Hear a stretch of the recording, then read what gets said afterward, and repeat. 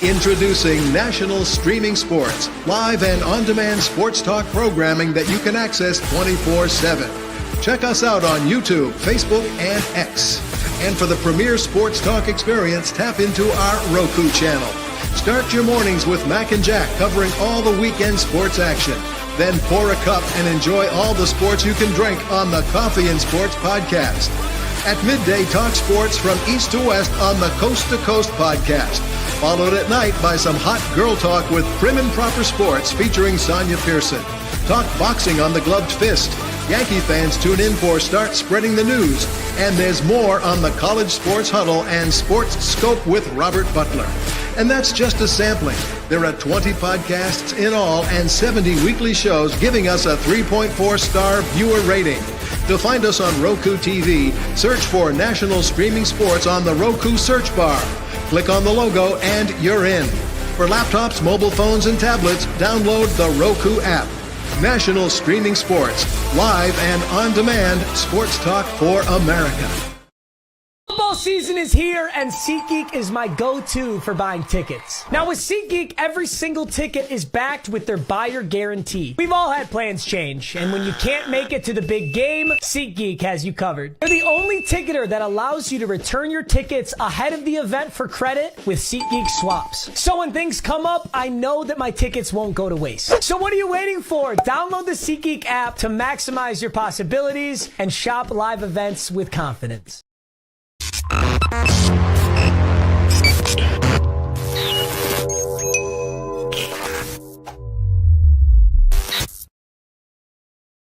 If you like the sweet science, get ready to talk boxing on the Gloved Fist podcast with top boxing writers Frank Lotierzo and Jack Hirsch. Frank, a former amateur boxer out of Philadelphia, writes for NY Fights and can be seen on the Boxing Channel. Jack, an amateur boxer who competed in the New York Golden Gloves, was a 6-term president of the Boxing Writers Association. And now, here's Frank Lotierzo and Jack Hirsch.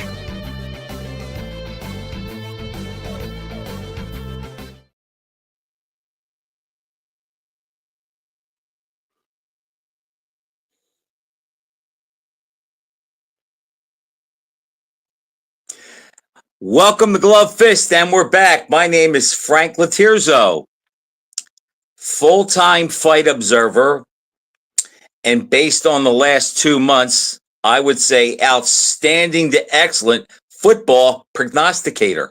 Tonight, I am joined by co-host, Mr. Happy himself, Jack Hirsch. Jack, you remember the Johnny Carson show? Of course. Okay. I think his most famous guest was Don Rickles.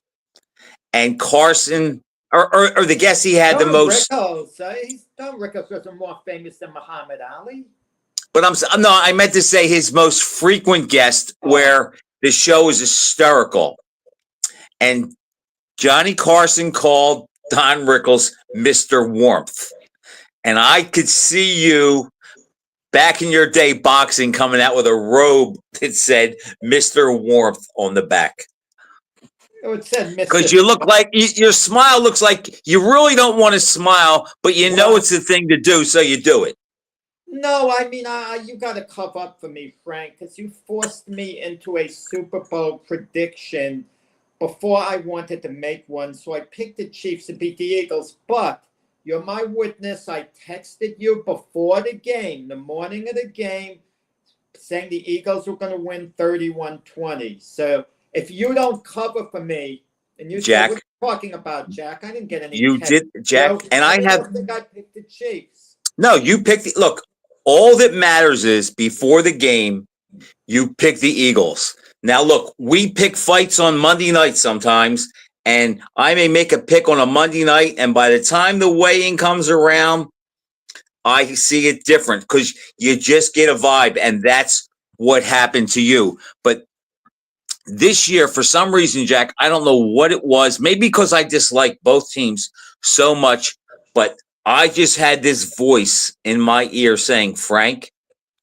Ohio State is winning the championship, and if you bet on their games, you will build up a little pile of cash. So when the NFL playoffs start, You can throw that on the Eagles, and in the best case scenario, the Eagles will be in the Super Bowl, and they'll be a slight underdog because you know they're great as an underdog, and you can bet the Eagles getting points that you won't need because they will win the game outright.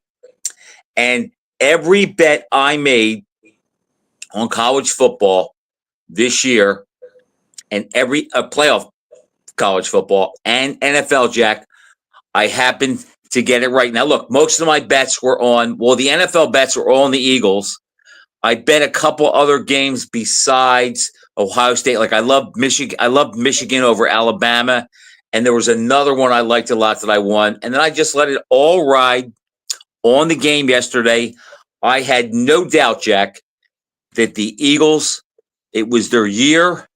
They were going to get revenge for the game they lost 2 years ago. They're clearly the best organization in the NFL, and they're clearly the best team in the NFL. And that performance yesterday was daunting. I never felt the Chiefs were in the game. Well, with the money you won, I know you're going to buy a motorcycle. Are you going to get the same exact motorcycle that Smoking Joe Frazier drove? The one I have now is almost like that, so it's going to be different. But, Yank Durham did not like Joe riding bikes at all. And he did fall and he fell once. I know where he got scuffed up a little bit, but I think he fell more than once. But, Jack, I was into motorcycles. I got my first motorcycle, I think, in 1969 when I was about 10 years old. So I've loved motorcycles. Cars, motorcycles, football, and boxing have always been my passion. So, anyhow, did you enjoy the game? Where did you watch it? No, of course I watched the game from beginning to end, and then I watched the post-game festivities. I couldn't do that. I can't stay in front of the TV all day to hear what's going on. This. They overanalyze it. It drives you crazy. I watched no pregame. 6 hours before the game. The game starts 6:30. So come 5:30, the TV's going to be on, and I'll have the lead up. Because I watch certain sports shows now and then before the game, to hear. But they overanalyze things a little too much. And it's an event. Yeah, there's nothing like the Super Bowl. I'm going to tell you, nothing quite compares to it unless you get a mega fight. I mean, when I say mega fight, the type of fight that's going to take place once every 10 years, that'll exceed a Super Bowl game. Like an Ali Frazier fight is going to be not the third one, actually. Right. Certainly the first one's bigger than any Super Bowl game, not even close. And even the second one was bigger than the Super Bowl game. Leonard Hearns, the first fight. There's such anticipation. Maybe even Cooney Holmes to a degree. Everyone is really psyched for that. But Jack, if you think about it, I know we like to blend the two. They do have a common problem. It's not a big problem, and maybe because we're on the other side of 50 that we see it that way. But I don't like when fights start at 12:30 on a Saturday night. And the same thing, Jack. Weren't the Packers and the Chiefs the first Super Bowl? Like, I think the first 5 or 6, didn't they start at like 2 or 3 o'clock? Exactly. But now the NFL does it perfectly. The game begins about 6:40. So the game's going to end about 10 o'clock, a little after 10 or whatever. So people who have work the next day, I mean, they can manage it, But Jack, you said they do it perfectly. I look at it the other way, that they soak up every minute of money they can make. And if they don't start the game by 6:30, they might as well not have it. But the game I would enjoy it more if it was Saturday night and started at like 7 or 8 o'clock. But why would they do that? Because then they lose a whole day if they if they had it on Saturday. Well, but it'll never change. I'd like to see them start the Super Bowl possibly just a little bit earlier. When I said it could end after 10:30, I'm thinking of the people who have work the next day. It'd be really nice if the game ended around 9 o'clock. But you talk about Mayweather Pacquiao, that came on like 1 o'clock or so. I was at a show at the Barclays Center. I may have told you this story. I forgot who headlined it, but one of the fighters was going to be, oh boy, a fighter from Long Island, put it that way, who I was interested in seeing. And his fight, never didn't come on till about 1:45 in the night. Oh, And I remember leaving at 1:06 because I right. stretched it out, 1:06 at night. And I thought for sure he's coming on, 2 fights left. He didn't come on. And I spoke to him later. I said, well, what did you do as far as staying up? You must have been starving, not having eaten in a while. And he was saying how rough it was just to get into the ring, let alone the fight, to just go through it with it at that time. But Mayweather Pacquiao, starting 1 o'clock on a Saturday night? And a funny thing, I was at a fight show once, and I'm sitting next to Randy Gordon. I remember telling his lovely wife, Ronnie, how ridiculously late these fights begin. And she sent him a text, and Randy laughed. He showed me. Must have been about 12:20 in the evening. And his wife said, yeah, Jack Hirsch is right. This is ridiculous how late it starts a Deontay Wilder fight. And that's the thing with boxing. These late starts, turn people off. It really does. But then their argument is, well, what about the West Coast, the 3 hours earlier? Come on, they'll just see the fight today. Frank, we're going to have in a couple of weeks, okay, a great boxing show led by Better Beef Bival. Phenomenal boxing show. We can't wait for it, but it's going to start something like about 1 in the afternoon, approximately, our time, East Coast time. And that's great. If it started 10 in the morning our time, that would be great. You just put the time aside. And I like the fights when they're in Saudi like that. I like that we get them early. And I like when they're in the UK, too, that they're over early, too, by 8 o'clock. Frank, and to end the football discussion, do the Eagles repeat next year? Does Ohio State repeat? And then we'll move on to boxing. Yes, they both repeat.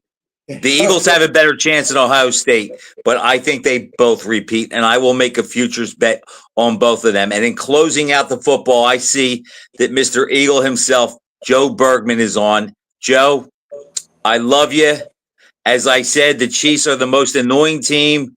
The Eagles are the most annoying fans, but you are not one of them. Enjoy it, buddy. It's been a long time. I know that you bet a couple dollars too, and that you did well. So I hope you enjoy it, and I'm sure I'll get ribbed a lot. And when I get the new bike, I'll bring it back by and show you. Joe was puzzled. He saw where I posted something, or commented on one of your posts or whatever, picking the Eagles to win, and he said, "Didn't you say the Chiefs are going to win on Club Fist?" So I felt like saying to Joe, I'm like a politician. I say one thing in the North, the other thing in the South. I'll cover my tracks. But for the record, I'm glad I put that down. And no, Jack, you picked it right. And look, I am not going to. I'm saying it right now, and we're going to talk about this. I am not going to pick a winner in the Canelo Crawford fight because I can't be objective, and I know that. And I don't. You can milk me in your mouth all you want. I'm not making the pick, Jack, because I will not be correct. I'll look to make every case for Crawford, but at the end of the day, I'll try to put the Maloiks on Canelo, so I'll pick him. I don't want to make a pick. Frank, I'm going to make a pick in a couple of weeks. And it's going to help me make a pick. The Israel Madrimov, Virgil Ortiz fight. Which I'm looking forward to very much. A great fight. If Madrimov runs Ortiz out of the ring, Crawford's stock goes up, his win over Madrimov, where he looked less than himself. I'm going to say, wow, this Madrimov is a heck of a fight. And I've seen Madrimov fight before I fought Crawford. It wasn't the first time. I was somewhat familiar with him. But if he runs Ortiz out of the ring, but if Ortiz beats Madrimov clearly, whoa, that is a red flag. Because don't tell me the fight with Crawford took anything out of Madrimov. It wasn't. I'm not going to say that.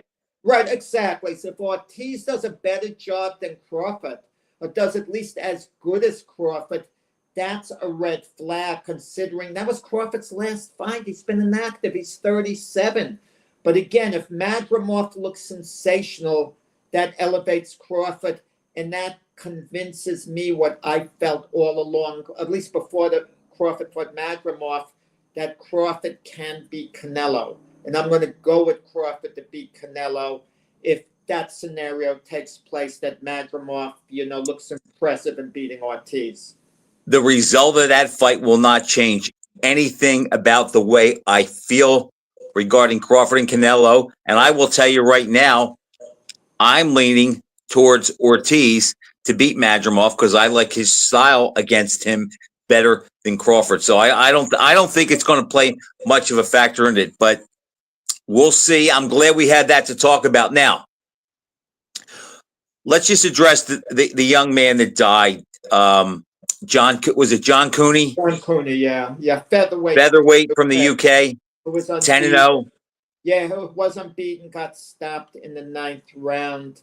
And when these fatalities occur, Frank, when these tragedies, it happens later in the fight always. If you notice that, guys who get knocked out in the first, second, third round survive. But obviously there's head trauma early and the fight's going on and it gets worse and worse and worse. Jack, I just don't think there's anything they can do to prevent it. And they're dehydrated as well. That's big. I don't know what happened in the fight with Cooney, John Cooney here. I don't know, so I'm not blaming anyone. I want to make Right. that. I didn't see a tape of the fight. I didn't hear anything. Maybe everyone did their job exactly the way they were supposed to. But I'm seeing too many fights, and I'm not talking about this one. I just want to emphasize it again. Too many fights where the ringside physicians could easily step in between rounds and call a halt. It's a one-sided fight, and they always have the idea we want to give the fighter every chance to come back. What they're doing is giving them every chance to get killed or suffer serious injury, or have lasting effects that are going to show up late on. It's the same way with the referees. I think I told you this story. Referee who I'm pretty friendly with, he allowed one fighter to get knocked out late in the fight. And that fighter hadn't won a round, but he told me later, I wanted to give the kid every chance to come back. And I said to the ref, you gave him every chance to get killed. That's what you did.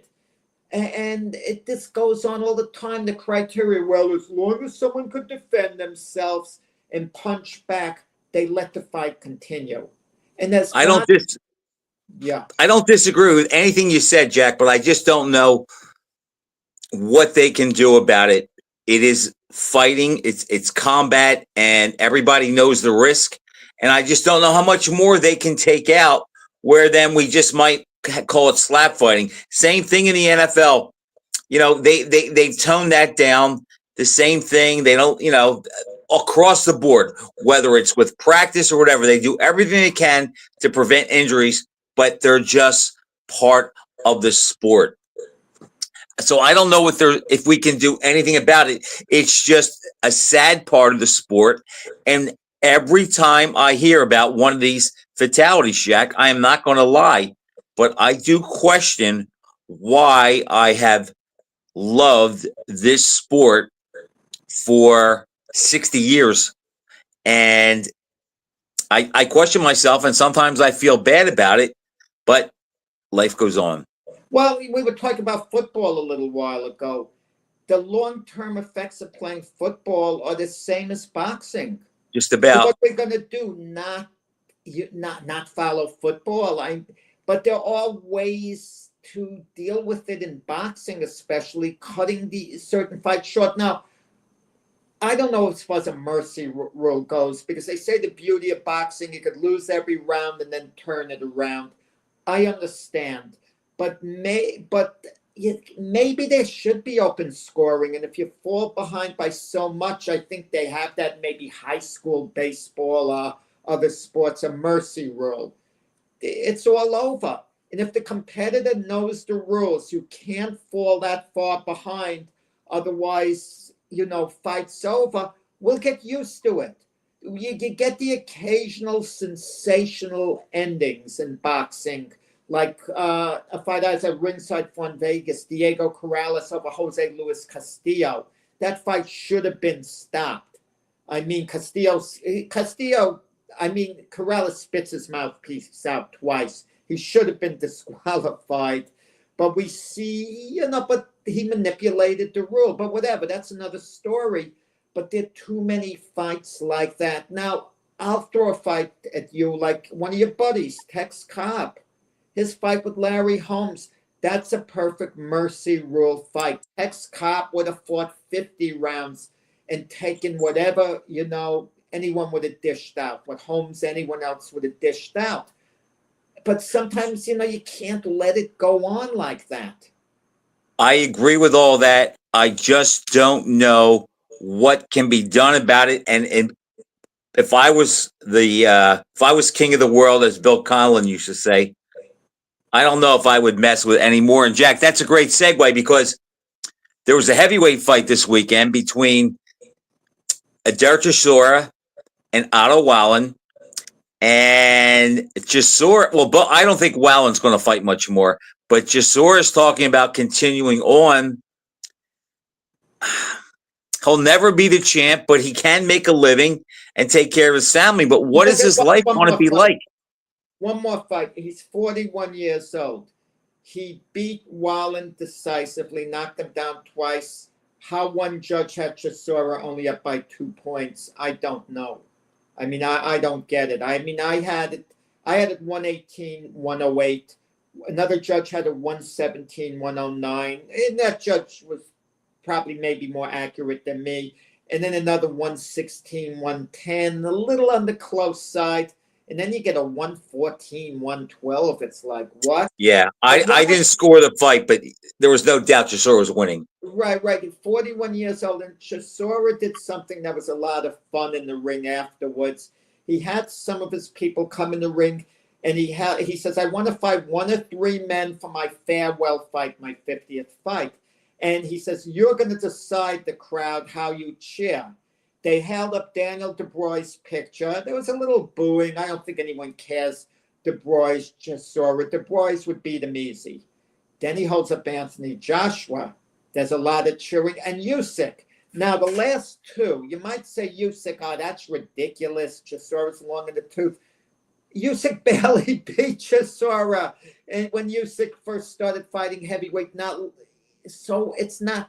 But Chisora can't beat Usyk. We agree with that. We're not going to argue with that anymore. But as crazy as it seems, I wouldn't completely count out Chisora against Anthony Joshua. No, that would be the fight I would try to make. Right. And Chisora, age 41, he kind of has earned the big farewell fight. He beat Joe Joyce in his last fight, and now he beat Otto Wallen, and it's, like, wow. Chisora is old, he's ancient, but he's very strong, very physically. He was one of the few guys to take Vitaly Klitschko the distance. Right. He's paid his dues. And he fought him. He didn't run. He fought him. He tried to win and carried the whole fight. He's paid his dues, and I wouldn't criticize you. And Usyk likes Chisora a lot personally, it seems. He visits his dressing room. They asked him a couple of hypothetical matchups, who would beat who. And I forgot who it was, Chisora and someone else. And my head went up when Usyk said Chisora. Was his choice. But he likes him a lot, and he would fight him. And right. I think Usyk would even want to fight him, say, sure, it would be an honor for me to give him his 50th fight against me. And the guy's earned it. He's earned it. What can you say? He's had some career. But he's the perfect candidate who maybe should have been forced to retire. And I know I'm being hypocritical because he's taken so much over the years. I know. I hate to see that, but I would like to see him get that pension payday, in all honesty, because like you said, he's deserved it. He has never ducked anyone. He's never really stunk the place out. He's had some great fights. And he's been good for the sport as long as he doesn't leave it real bad. And he came up with a great line once. He's now fighting Chisora for Frank Warren's Queensberry, but he didn't have a bad falling out with Eddie Hearn. He used to fight for Matchroom, and Chisora was asking for, a big payday, and Eddie Hearn was concerned after the fight. He said, "We've sorted you out. Like, we've taken care of you." He says, "Yes, Eddie, I'd rather have caviar instead of fish and chips." So that was a great line. I didn't see that. Yeah, he said. That's funny. Yeah. What else, Jack? We have Canelo, who signed a 4-fight deal. For a second there, you were going to look like a genius because they were talking about him fighting Jake Paul.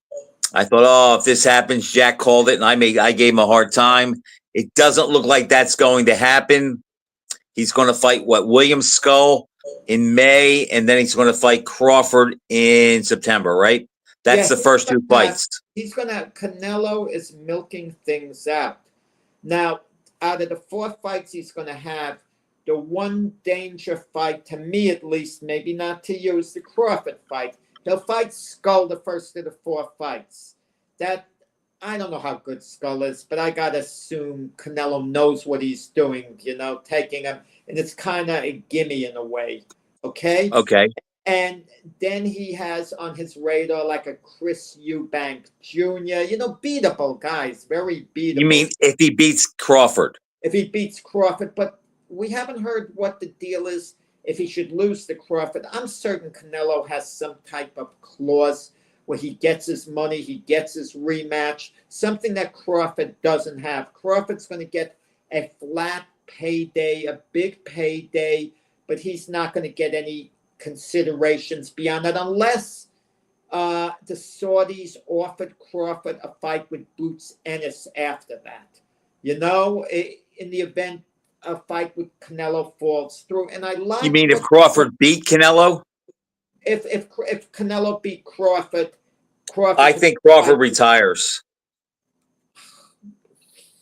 We don't know, but Crawford loves going to the gym. He loves training guys in Omaha. He loves interacting. That's his social life.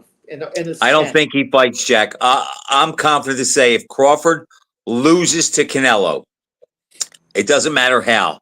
But if he loses and it's pretty much, conclusive that he was defeated, I don't think he fights anymore. I think he takes his money and goes back and trains guys and becomes more like a counselor or a consultant and a trainer. And we talk about red flags, and it's so easy to forget. Edgar Berlanga goes the distance with Canelo, and people say, "Oh, that Berlanga is a good fighter." No, Berlanga, it's Canelo's slippage that allowed Berlanga to go the distance, and Berlanga basically just wanted to go the distance, and then at the end of the fight, in the closing seconds, start throwing flurries, and then feeling, holding his head held up high, Notice Belanga's not going in with anyone with a pulse. He hasn't fought since the Canelo thing. No, he's styling and profiling. He's another one of them guys that got the big payday, feels good about himself, and now he thinks he's arrived. And he's gonna regret that. He is not anywhere close to being a top caliber fighter. He's not as good nearly as a Diego Pacheco, for example. He wouldn't fight a guy like that, Jack, but in this day and era, though, if he stays active, he'll get another big fight. And there's not that many guys out there that are so great that he can't hang with them. I shouldn't say this. My buddy Mac, we do the Mac and Jack show. I give Mac all the credit. He prepares the agenda. He does the hard work. I basically, show up. But Mac's the backbone of our show. But Mac wanted to discuss one day, and I refused to. Recently, Keith Thurman returning to the ring. I go, leave me alone, Mac. He's not even worthy of discussion, Keith Thurman. Right? Now, let him have his one fight after 4 years. Let him win that. And then if he signs for a fight within the next 6 months to a year, then maybe I'll be willing to discuss his name. But I refuse to discuss his name, but I'm mentioning it on the show because you gave an example of these guys who they have their fight once in a while. They don't capitalize off a decent showing. Well, maybe they can't. Belanga, I don't know what he's going to capitalize on. He's not going to beat a high caliber fighter. He's probably 220 pounds now too. Yeah, yeah. That's another thing. These guys, they get out of shape, and for some reason or another, they just fall by the wayside. And that's another thing about Crawford. I don't think unless he fights Canelo again, if he won the first time, I don't think he fights again, Jack, because I think he's going to really try to build himself up to be a super middleweight. And after that, it never works out when guys try to come back down, especially when they're in their late 30s. Frank, I get the feeling with Crawford, it comes down to the money. I think Crawford would fight 3-4 times a year if the money was there. 3 times a year, put it that way. You offer him the big money, he's a stubborn guy. You know who it's like that Andre Ward? These guys hold out. They hold out, they hold out, they hold out. And finally, something falls into their lap. Bernard Hopkins was like that for a while. He just held out until he was going to get what he was worth. But he really did manage his career well, Jack. I think he did. I think he got everything out of it that he could, especially when he self-managed himself after he had the breakup with Lou DiBella. And I've said this countless times. I've written about it. I think Bernard Hopkins is one of the more intriguing fighters, at least of my lifetime. If you take into consideration his background, going to prison, being a model prisoner, getting out, understanding how important it was to stay in shape, figuring out that he didn't want to sign his life away to promoters. And after he did that and he became a free agent, he kind of managed himself and he did well. And he's one of the few guys that had his biggest paydays at the end of his career, opposed to most guys who fight for peanuts at the end of their career. Yeah, I sometimes for fun like to think of great fighters and compare them to an athlete in another sport. For example, if Muhammad Ali were a baseball player, he'd be Willie Mays, something like spectacular. I think of something like that. And Bernard Hopkins would be Derek Jeter. There were better players than Derek Jeter, but something about the consistency, the longevity. Exactly. So that's, I put Hopkins in that category, as far as an and he did not take beatings, Jack, and I don't think he has squandered his money. I don't think we'll ever hear about him being broke or giving interviews where we can't understand him. I think he's a remarkable case study. I really do. And a unique guy. He likes to talk, and he's stubborn, but he takes good notes, and I actually think he'd be a great ambassador for younger fighters to talk to about how to manage your career and instill in their head that it's not the color of your trunks or what corner you are. It's winning. Just win, and everything will come after that. And I have to say, Mayweather is another example who never got out of shape. And even though he squawked about certain things, he still knew at the end of the day, what mattered most was, did I win? Yeah. No, definitely. And I'm thinking, Bernard Hopkins was someone who I found difficult to deal with myself. I mean, he could be charming and wonderful, but he doesn't trust anybody. He wasn't the most dependable guy. But Jackie trusts no one. No media people except for Bernard Fernandez. That's it. No, I wouldn't go that far. I would, Jackie. I'm telling you. He did something brilliant. I think I told you that story with the glove out in Las Vegas before Boxing Writers Dinner, where a fan came to him with the glove to autograph it. And he said, I'll autograph it if you give me for $20. And the guy gave Bernard the $20. He took it, he autographed the glove, and he said, now, when you sell this glove that was signed by the undisputed world middleweight champion, he was champ at the time, he said, you'll make a lot more than the $20 you just gave me. And Bernard told me later, look, he knew the guy was going to sell the glove, in his opinion, and he wanted the guy to pay his share. And he said the guy got off easy, just gave me a little amount. And this way I could stop off, get a couple of magazines, a couple of bottles of water on the way back to my room. You know, Right. I thought some people might say, oh, that's disgusting. I thought it was brilliant. I loved it. No, I agree. But that's who Bernard Hopkins is. He is just he's just cut from a different mold. And Jack, I will say this too. You know, Hopkins, since he's retired, we don't talk about him much. But I will say this. The night that he beat Felix Trinidad, I think that was his peak. And I think that Hopkins could live with any middleweight in history of that night. He will not beat Robinson. He will not beat Grabby. I don't think he would beat Hagler or Monzon, but they would not run him out of the ring and embarrass him. Well, Hopkins was once asked, he did a Monzon-Robinson comparison, and he said Robinson is a welterweight, even though how would he know, is the greatest of all time, a better fighter than him.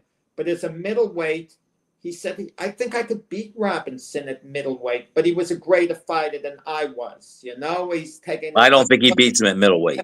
But he said when it came to Monzon, he said I could see myself losing that fight.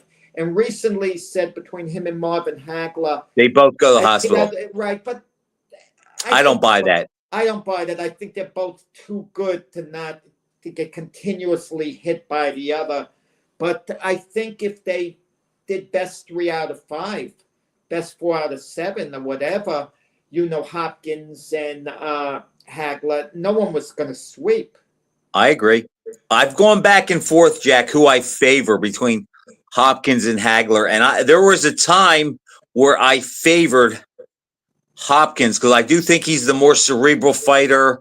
And I think he has some intangibles. But if you ask me today, I think the strain of Hopkins trying to outbox Hagler, I think might tax him, and Hagler would probably get the better of it in the last couple rounds to seal the fight. Let me ask you about a fight. We haven't brought up this fight once in our show. He fights for Golden Boy, unbeaten lightweight. He's on that big show in a couple of weeks, Floyd Schoenfeld. He's going against Shakur Stevenson. Are they throwing him to the wolves?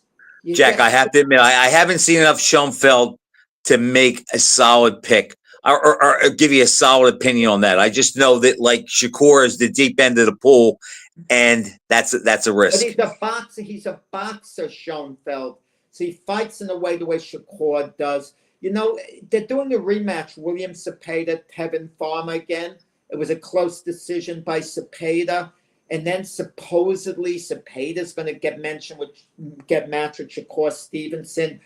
I don't see how on earth he beats Shakur Stevenson. I know style-wise Cepeda is very aggressive, throws a lot of punches. That's the way to beat Stevenson. I realize that. I just don't think he's good enough. There's a fight that's interesting this Friday night.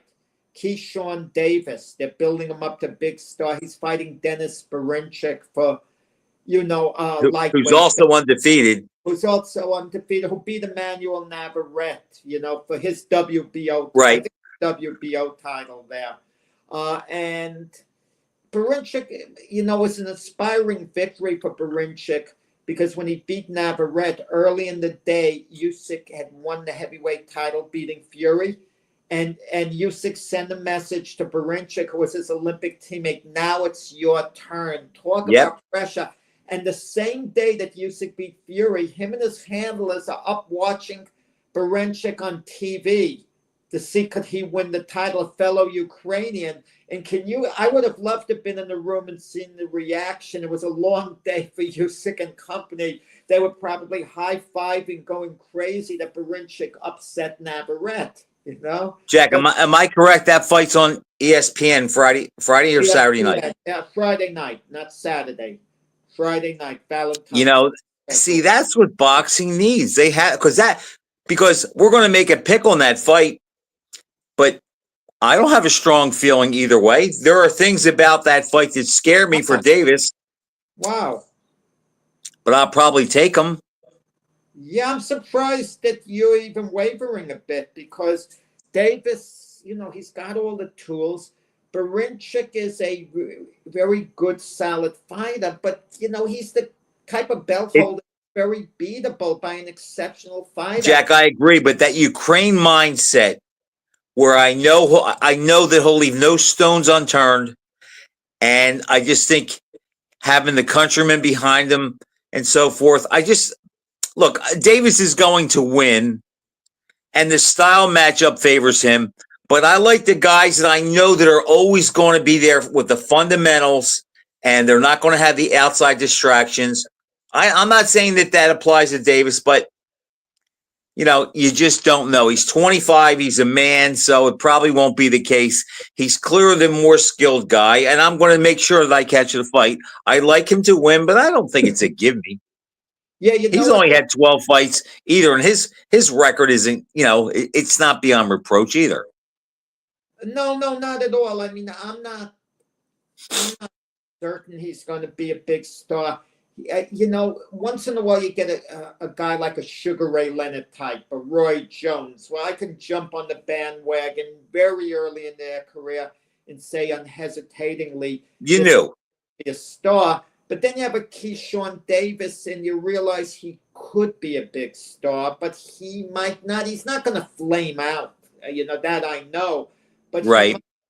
He might not be more than just a good belt holder going forward. I mean, you just don't know. But he's first got to win the belt and beat Barinchik. And I'll tell you, he's under a lot of pressure because if he loses a split decision, yeah, he could be champion Keyshawn Davis even a year from now, beat another belt holder, maybe have a rematch at Barinchik, but it kind of tarnishes you a little.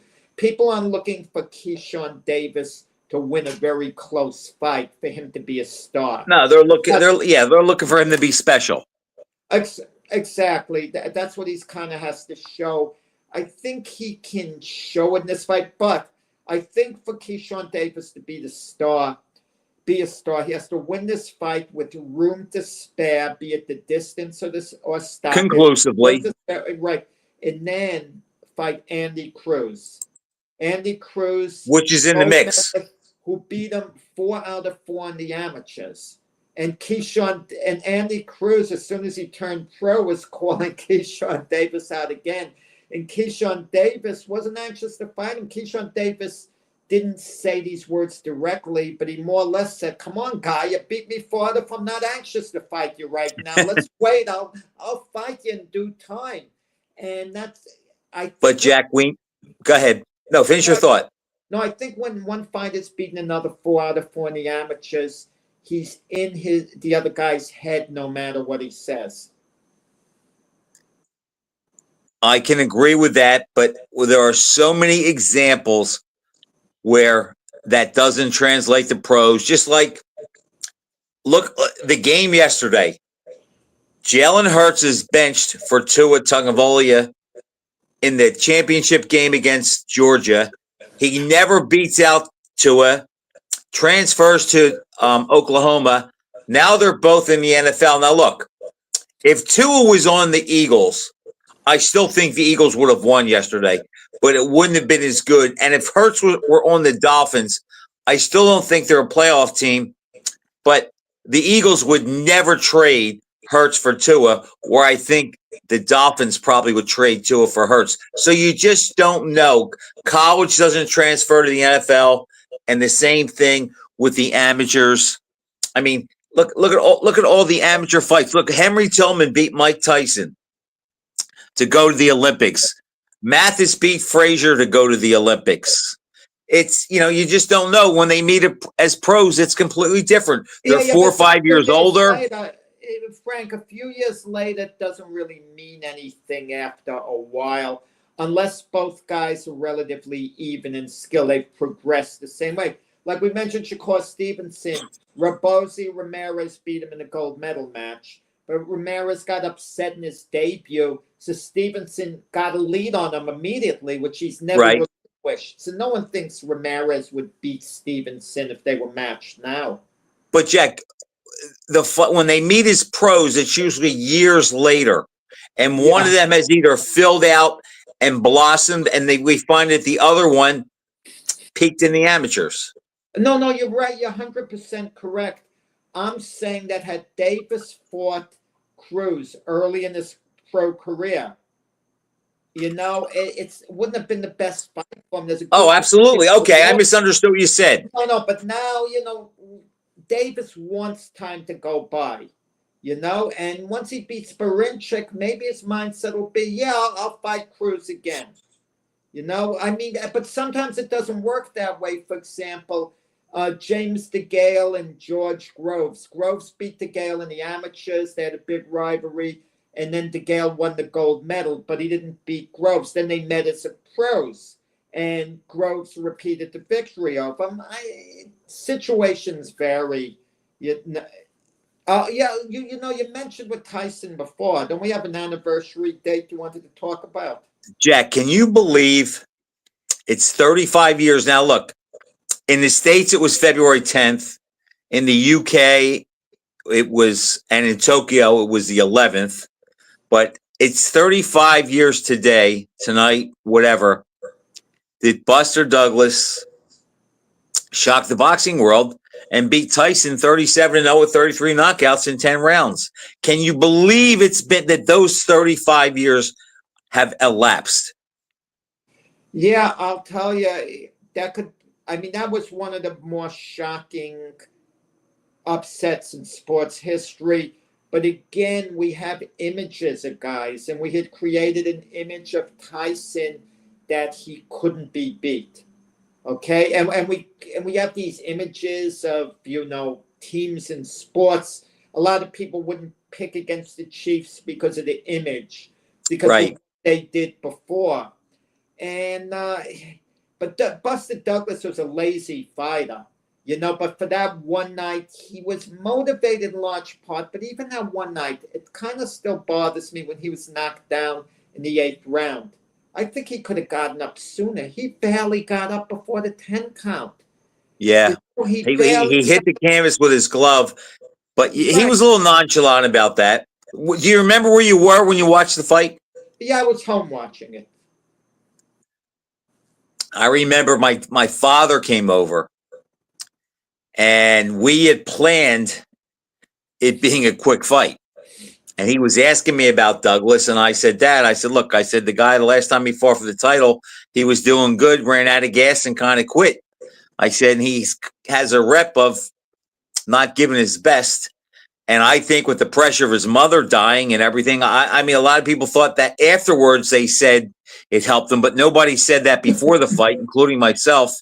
And after the first round, we had never seen somebody fire back at him like that and hit him and shake him a little bit. And the other thing that stands out was the crowd, the people, it was like they were at a meeting. They weren't at a sporting event. It was so quiet. And I remember after the fight, Jack, there was a place, let's see, that was 1990. So there was still a lot of nightlife in Cherry Hill at that time. And I remember going out because I wanted to talk about the fight to anybody. And I went to the one place where a lot of my buddies hung, and they came up there and said, Frank, you didn't predict this fight, but you always said you thought Mike Tyson was a little overrated, and he's going to get beat before people start cementing him as an all-time great. And that's the discussion I want to have, Jack, because I vehemently believe that Mike Tyson was overrated in the 80s and a good bit of the 90s. And today, it seems when you talk about him, people rush him off a little too much. And I think today, he's actually underrated. I don't think so, Frank. We see all these posts with Tyson. Who would have won Tyson Ali? Who would have won Tyson this guy? Tyson that guy? You see that more. You see Tyson's name more than anyone else's, it seems. But I see that everybody picking against them. But the idea they're throwing his name out there shows you he's not. He'll always be a lightning rod, right? Yeah, and you have to look at the quality of his wins. and you can only beat who's out there. And to stop Trevor Burbick in 2 rounds, how many heavyweights in history could have taken Burbick out that quickly? When he Jack won Bernardo Mercado knocked him out in 1. A few years before that. a few years, but Burbick wasn't at that stage of his career where he was as good, I don't think. I don't think he was at his peak when he fought Tyson, though. I mean, he lost to Ronaldo Snipes. He beat Pinklin Thomas to fight. He won a decision over Thomas. That's how he got the shot. But Pinklin Thomas had substance abuse issues. He had issues. Right. Otherwise, Thomas probably would have beaten him. I think Tyson knocked out Mike Spinks in a round. Are we going to now say Spinks was a puffed up light heavyweight? I mean, because he got stopped by Tyson. And look at his other ones, Razor Ruddock. Razor Ruddock was a top heavyweight, dangerous heavyweight. I mean, Frank Bruno, solid fighter, nothing special, don't get me wrong, but solid. James Tyson could only fight who was there, Jack. Not a bad fighter, not exactly elite. But if I'm talking about the Frank Brunos and the Bone Crusher Smiths, I put them in the same league as an Ernie Shavers, for example, and everyone gets excited about Ernie Shavers. And look at, some of his fights afterwards. Carl Williams had a weak chin, but, he took him out in the round. Jack, when Tyson was in his heyday, I was perceived to be somebody that didn't like him or didn't give him his due. And now I find myself defending him because I hear people say Tyson Fury could beat him, Joshua could beat him, Usyk could beat him. And I just think, Jack, if you take him at his best, I'm not sure. We're talking about his absolute best. I don't know if I could name 10 heavyweights in history, from Sullivan to Usyk, who I would make the favorite over him at his best. And I think sometimes today he doesn't get that credit. You hear guys say, Atlas has been out there saying he's only had 5 fights and he lost every time he had to fight. That's really not true. He has come from behind to win fights. But if he was around today, Jack, there's nobody I would pick to beat him. Yeah, I mean, you say 10 heavyweights. Are there 5 heavyweights in history who would have beaten Tyson at his absolute zenith? I mean, you could say Ali. You could say Foreman based on the style. I can't say with confidence Liston would have beaten him. I can't say with confidence Lennox Lewis would have beaten him. I can't say with confidence Holyfield would have beaten him. They may have. But if my life depended on it, Jack, I would take Ali. Yeah. I would take Foreman. I would take Holyfield.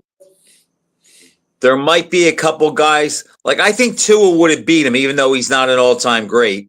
I think head-to-head he would have defeated him. But after that, I mean, I would probably favor Joe Louis, but I don't know if I would bet on it. I might even pick Joe Frazier, but I don't think I'd bet on it, and that might be my heart. Well, but that's a tough fight. That's a fight that always makes you wonder. The Frazier of March 8th, 1971 against the best of Tyson. I mean, I can't say with any large degree of confidence who would have beaten who that night. I know. Well, we know this much. If Tyson doesn't get Joe early, Tyson loses. Oh, yeah. He has to get him within the first 2-3 rounds. But Tyson always, unlike other heavyweights, posed a danger, more so as far as ending a fight at any time quickly, one punch, turning early. Quick. Yeah, okay. Early. Well, no, it can happen late. As long as the fight's going on, he's going to be dangerous that he could lash out with a punch, even more so than Foreman as far as one punch goes. I disagree, Jack. I do. I think the further the fight went, the more it progressed. I think the less effective that he became And I I agree. think Frank, I agree. I'm just saying he posed that danger as long as the fight was lasting. even like after 7 rounds, Look what happened with Buster Douglas. He was getting beat up, and all of a sudden, one uppercut. So he was always dangerous to explode with one punch. I mean, you could say that example. I can come back and say, well, he did lose though. But yes, I think Tyson, from a physical standpoint and skill, I defy anyone who you and I both know who hold an opinion that we value. No way you can come up with 5 heavyweights who were more talented and gifted than Tyson. Yeah, I mean, you could say, I mean, Tyson, in a sense, was a media creation, in a sense. But, he backed it up. Even today, the charisma's off the wall. I went to see him at I thought I was hoping I'd have a chance to talk to him at the Wellington Mall in Florida. He was doing an autograph signing, Frank, a couple of weeks ago. I get there. Tyson? Tyson, well, because word was gotten to his people. The guy writing the book on Michael Spinks is going to be there. Right. Quick word. The lines were so long from every direction. It was a madhouse. It was an absolute madhouse. It was insane. I thought Taylor Swift tickets were, they were at the box office, people waiting online. That's how far it was, and that's the mystique of the guy. Well, for those 3 years, he was exciting as all hell. I mean, to watch fight. Well, no, I'm saying even now. And that's carried over. Everyone who comes up to me when they know I'm involved in boxing, what's the first thing they want to talk about since he fought Jake Paul? The fight with Jake Paul. They don't care about Canelo and Crawford. They haven't even heard of Canelo and Crawford. But everyone's heard of Paul and Tyson, and everyone says the same thing. Tyson threw that fight. Yeah, over here, people talking, everyone is saying Tyson threw the fight. That's what they all believe, even Stallone. Do they know Tyson's almost 60 years old? I know, they don't care. Even Sylvester Stallone says to Jake Paul, sends a message, Jake, you should be thankful Mike spared your life. He did what he had to do. Collect the money, but he spared your life. Tyson didn't carry him. No, he couldn't get off. He's 60 years old. If Jake Paul would have stood there and said, okay, come and hit me, Tyson might have been able to do something. But as long as Jake is punching back, Tyson he just can't get off. It's like you just can't get off. Like Joe Louis said, your mind can process it, but your body can't execute it. And by the time you see the opening and you want to go, you're either hit or it's gone. You mentioned Joe Louis. I thought of something the other day. Late on his career, when he lost to Ezra Charles, before he got KO'd by Marciano in his last fight, he wasn't the same fighter, obviously. He wouldn't be knocking guys out. Fights would go to decision. He was still beating top 10 guys. Jimmy Bivens, Rex Lane, whatever. And he was Jack, the problem was, though, when he fought Marciano, because Marciano was a swarmer, you can't hide and you have to fight. The other guys, he could beat them with his mind a little bit. And even though his physicality wasn't there, he could outbox him and set traps. With Marciano, he's just coming right at him. It's like he's got to fight him off. And he just didn't have the guns in 1951 to fight Rocky off. I mean, Rocky was a terror. Yeah, that's a mess. So what is going to be more remembered for the date? You said 1951. It was October 26th. Right. Louis Marciano fight at the Ali comeback with Jerry Quarry. If you had to probably Ali, the biggest event, the biggest fight for every date of the calendar year, and you get to October 26th, I can't think of anything else on October 26th. I think then Ali fight time. No, that was October 29th. Jack, just finishing up what I was going to say, though. I think, again, with Tyson, because I've had these conversations, I think Tyson in the 80s and early 90s was a little bit overrated. I think he's underrated today, and he's without a doubt. one of the top 5 skilled heavyweights of all time. And if you have to rank them as far as the greatest heavyweights of all time, he's clearly in the top 12 and maybe even the top 10. If you take everything in totality, ability, one-loss record, skill, longevity, the whole bit, he's between 10 and 12. Yeah. Okay, we can carry this on next week, Frank, because Tyson is a complex individual. All right, Jack, we'll watch the fights on Friday night, talk about him next Monday. Until then, see everybody. Thanks for watching.